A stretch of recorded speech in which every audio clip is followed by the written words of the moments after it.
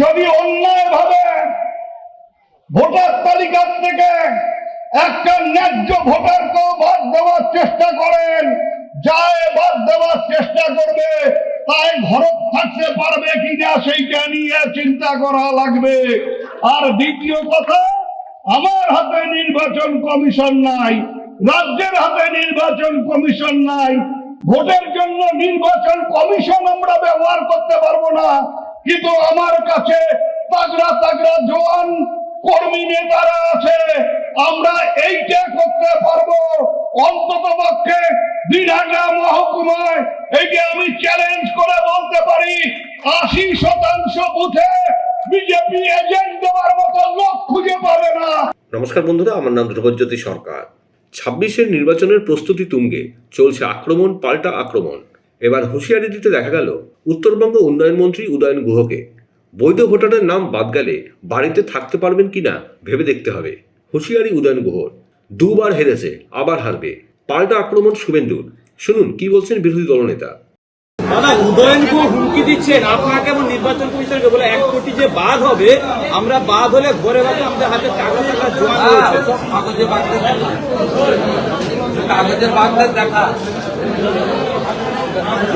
আছে, মালিককে হারিয়েছি, ওকে হারানো কথা বলছিস, নিষেধের কাছে হেরেছে, পরে ছাপা মেরে উপনির্বাচনে বড় বড় কথা দুবার হেরেছে।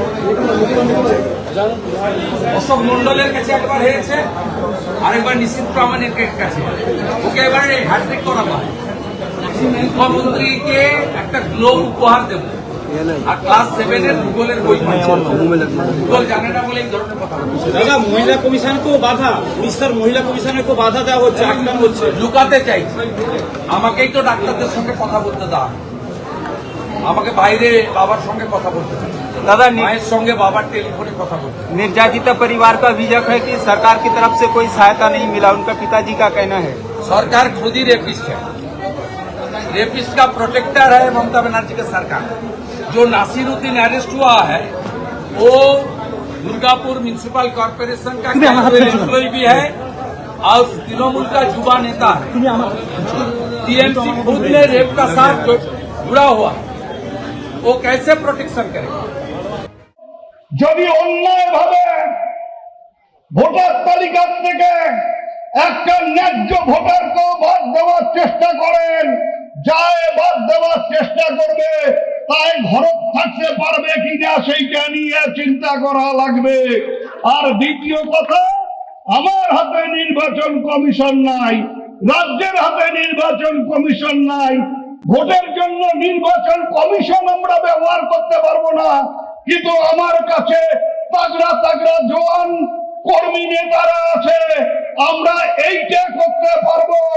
অন্তত পক্ষে দিনাজপুর মহকুমায় এইটা আমি চ্যালেঞ্জ করে বলতে পারি, 80% বুথে বিজেপি এজেন্ট দেওয়ার মতো লোক খুঁজে পাবে না। বন্ধুরা, ভিডিওটি ভালো লাগলে দয়া করে লাইক শেয়ার করে দেবেন, আমাদের পেজটা ফলো করে নেবেন, আর আপনার মতামত কমেন্ট করে অবশ্যই জানান। ধন্যবাদ।